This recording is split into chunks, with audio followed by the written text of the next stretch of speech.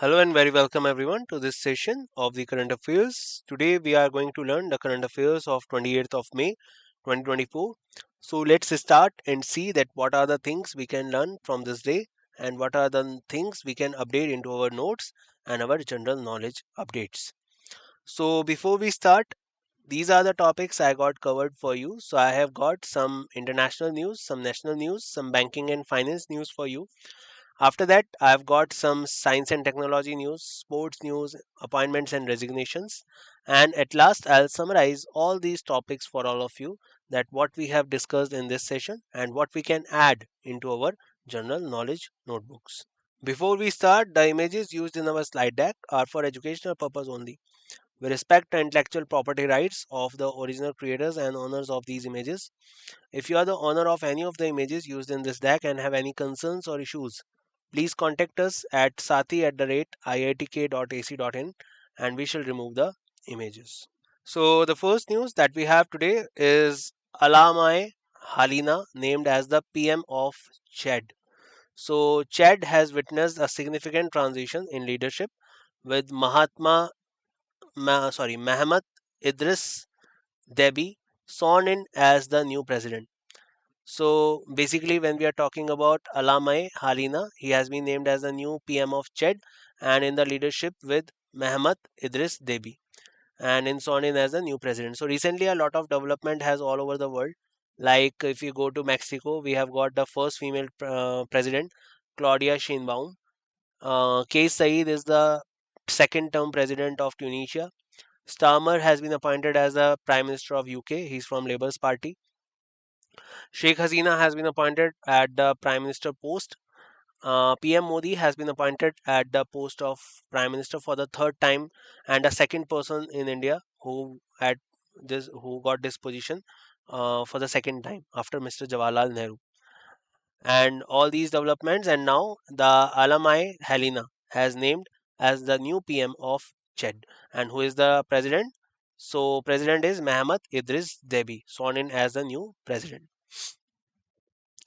Deby's ascension marks the end of 3 years of military rule in the nation called Chad.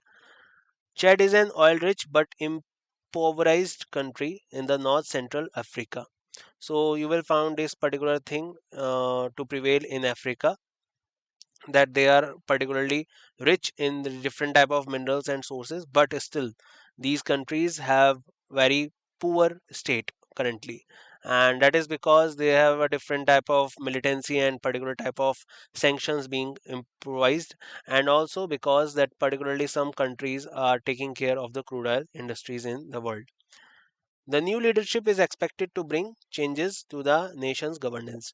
Recently, the countries like Namibia and Ghana, they are got in collaboration with India, as they got the funding from India, the particular monetary value from India, and also they have got this particular thing that is called the UPI ecosystem. Apart from that, another African country called South Africa. The team of South African in cricket, they have got a sponsor from Amul, that is a cooperative company in India. Saudi Arabia names Faisal bin Saud Al Mazfil as the ambassador to Syria. So, Saudi Arabia has appointed Faisal bin Saud Al Mazfil as its ambassador to Syria. This appointment marks the first such move in over a decade. This decision signifies a significant shift in bilateral relations between the two nations. So, do remember Saudi Arabia names Faisal bin Saud Al Masfal as the ambassador to Syria. Syria is a country that you will find in the Arabian Peninsula, and is also a very disputed has a very disputed state for the last some years, as a particular type of militant operations are there under the ISIS terrorist group, and now Saudi Arabia has named Faisal bin Saud Al Masfal as the ambassador to Syria. The move comes amidst a period of thawing relations following year of estrangement due to Syrian civil war. So do remember Saudi Arabia names Faisal bin Saud Al Masfal as the ambassador to Syria. Lithuania's president Gitanas Nausėda secures landslide re-election victory. So, Lithuania President Gitanas Nausėda has secured a second term in office. Nausėda triumphed over Prime Minister Ingrida Simonet with 74.5% of the votes. His re-election underscores broad support to his moderate conservative stance. So remember, Lithuania President Gitanas Nausėda secures landslide re-election victory. If we talk about the Lithuania, so Lithuania is a country that you will find in the Baltic region. So Baltic Sea, Baltic Sea, it is just besides the Scandinavian peninsula in Europe, in North Europe, and there are three countries that are Estonia, Latvia, and Lithuania. So Lithuania is one of the Baltic countries, and now Gitanas Nausėda has secured the landslide re-election victory, and he has become the president at Lithuania. His re-election underscores broad support for his moderate conservative stance. Nausėda is known for his unwavering advocacy for Ukraine. Ghana partners with Reliance Jio Arms and others for telecom infrastructure. So I just discussed about that how Indian government is helping Ghana in supporting them with the monetary value. Now we can know one more thing that Ghana is partnering with Reliance Jio Arm and others for telecom infrastructure. Ghana's next gen infrastructure company is collaborating with Reliance Jio subsidiary Tech Mahindra and Nokia. The partnership aims to bolster Ghana's 4G 5G capabilities. Ghana seeks to enhance connectivity, digital service across various sectors. The collaboration is inspired by India's telecom success. So, do remember Ghana partners with Reliance, GeoArm, and others for telecom infrastructure. Dissolution of Food and Nutrition Board rationalizing government bodies. So, the Food and Nutrition Board, a technical branch of the Ministry of Women and Child Development, has been officially dissolved. So, there's a department called Food and Nutrition Board that has been completely dissolved under the Ministry of Women and Child Development. The move is part of the government's plan to rationalize various bodies. FNB was responsible for providing logistical support to community nutrition programs. The dissolution aims to streamline and improve the efficiency of government operations. So, do remember the dissolution of Food and Nutrition Board, and it is working under the Ministry of Women and Child Development. Now it has been completely dissolved. What was the purpose of this department? It was handling the logistical support or to the community nutrition programs. India's trade deficit with top partners in 2023-2024. So recently we've got to know that India's largest trade partner is China. That China is the largest trade partner of India, and India is particularly doing more than any other country with trade with China. India faced a trade deficit still, with 9 out of its top 10 trading partners in the fiscal year. China emerges as India's largest trading partner, as I said, really surpassing the United States. Bilateral commerce between India and China totaled 118.4 billion. But if we talk about the defense trade, then in that case, USA is the largest exporter to India under defense equipment. And if we talk about the crude oil, then Russia is the largest supplier to India. Trade deficit highlights the need for India to balance its trade relations. So, do remember that India's trade deficit with top partners in 2023-2024.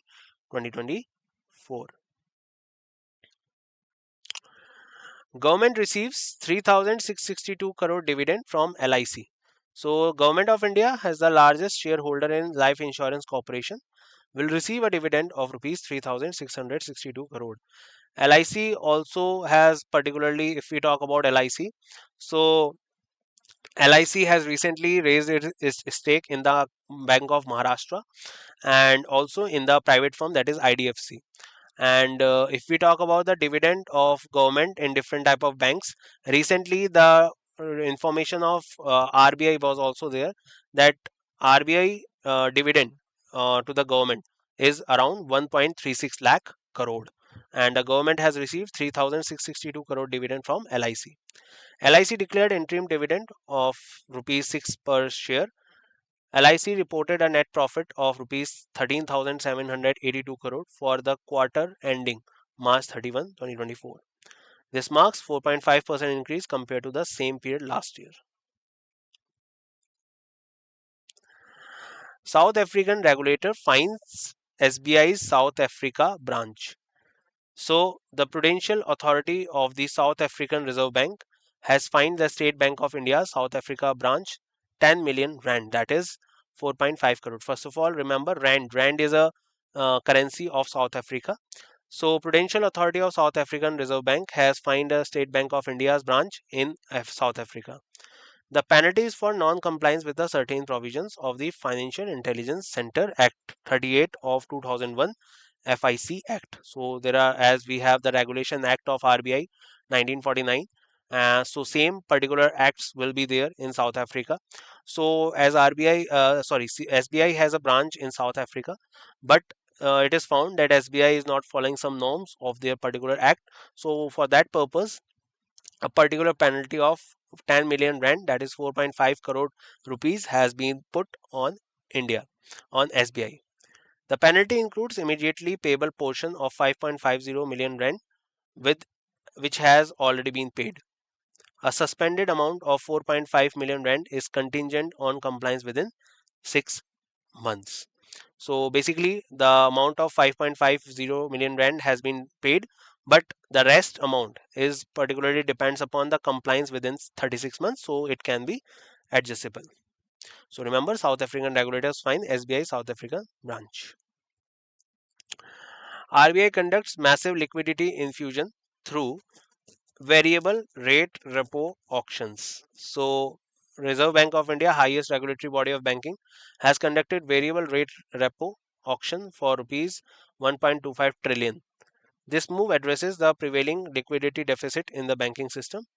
Total liquidity infused through 9 VRR auctions in May 2024 amounts to rupees 7.75 trillion.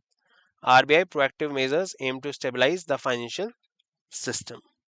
So do remember, RBI conducts massive liquidity infusion through variable rate repo auctions. TCS secures core banking transformation deals with Kuwait Bergen Bank. So TCS, that has also been declared as the most valuable brand in India, has signed a deal to modernize the core banking technology of Bergen Bank.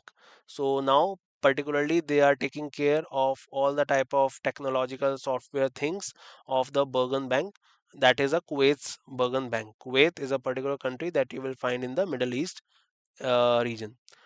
TCS is also the most valuable brand in India. And if we talk about the most valuable brand in the world, so recently Nvidia has surpassed Apple to be the most valuable brand in the world.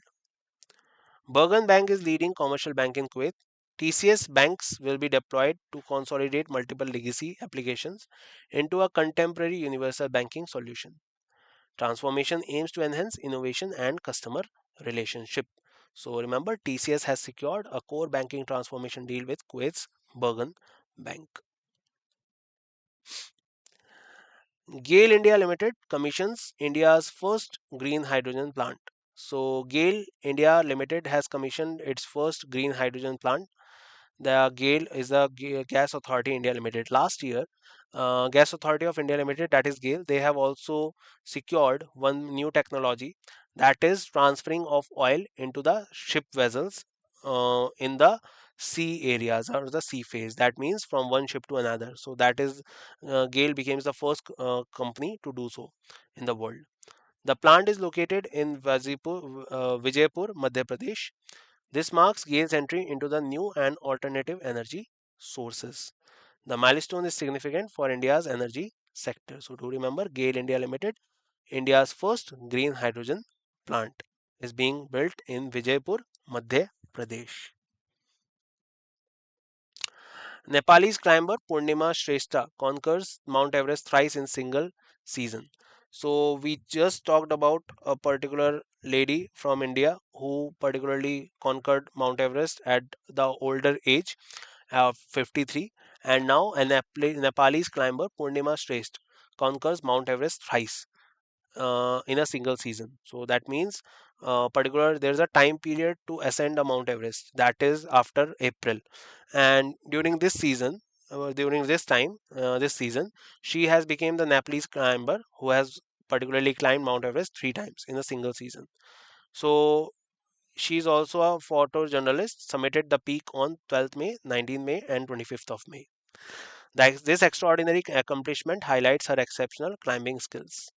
Shrestha achievement is a significant milestone in mountaineering history. And from India, Jyoti Ratre. Jyoti Ratre, she became the oldest Indian oldest Indian woman to ascend the Mount Everest at the age of 53. And do remember the name of Rita also. So Rita is a Sherpa from Nepal. He has particularly created a world record by ascending the Mount Everest 29 times so far. You must remember the name Deepa Karmakar, etches history by clinching gold at Asian Gymnastic Championship. So Deepa Karmakar is the name that came into limelight when she represented India in the gymnastics in Rio Olympics. And Indian gymnast Deepa Karmakar has become the first ever Indian to secure gold medal in any Asian championship. So now remember her name, Deepa Karmakar. But recently, she also got retired after the Paris Olympics. Karmakar hails from Tripura. She achieved this feat in the women's vault individual final at Asia Women's Artistic Gymnastic Championship 2024. The event was held in Tashkent, Uzbekistan. There is also another athlete whose name is Deepika Palikal. So remember, she is from squash. She is famously known as the wife of Dinesh Karthik, the famous cricketer. But she has her own recognition as well, as she is the only female player in squash category, and recently last year in 2023 she won the gold medal in the squash category along with his female co-partner, so with his male co-partner. So remember, Deepa Karmakar etches history by clinching gold medal at Asian Gymnastic Championship. Charles Leclerc makes history with Monaco Grand Prix triumph. So Ferrari driver Charles Leclerc has won the Monaco Grand Prix. Leclerc is the first Monegasque driver to win the race since Louis Chiron in 1931. This victory ends a 92-year drought for Monegasque drivers.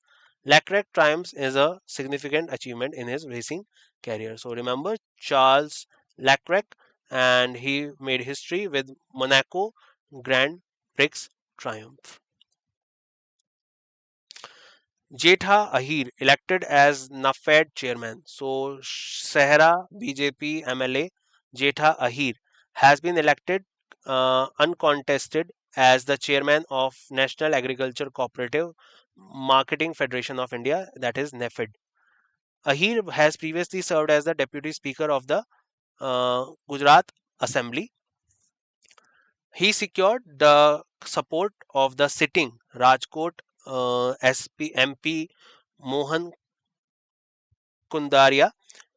The election was held in Delhi on Tuesday. So remember the name Jetha Ahir, elected as the NAFED chairman. So let's revise what we have learned. So Alamai Halina named as the new PM of Chad. Saudi Arabia names Faisal bin Saud Al Mazfal as the ambassador to Syria. Lithuania's President Gitanas Nauseda secures landslide re-election victory. Ghana partners with Reliance Geo Arms and others for telecom infrastructure. Lithuania is a Baltic country. Remember that. Dissolution of Food and Nutrition Board, rationalizing government bodies. India's trade deficit with top partners in 2023-2024. China emerged out to be the largest partner of trading with India. USA has come to the second position. Government received 3,662 crore dividend from LIC. South African regulator fines SBI South African branch with 10 million rand, approximately 4.5 crore rupees. RBI conducts massive liquidity infusion through variable rate repo auctions. TCS secures core banking transformation deals with Kuwait Bergen Bank. GAIL India Limited commissioned India's first green hydrogen plant in Vijaypur, Madhya Pradesh. Nepalese climber Purnima Shrestha conquers Mount Everest thrice in a single season. Jyoti Ratre became the first most aged woman of India to climb Mount Everest recently.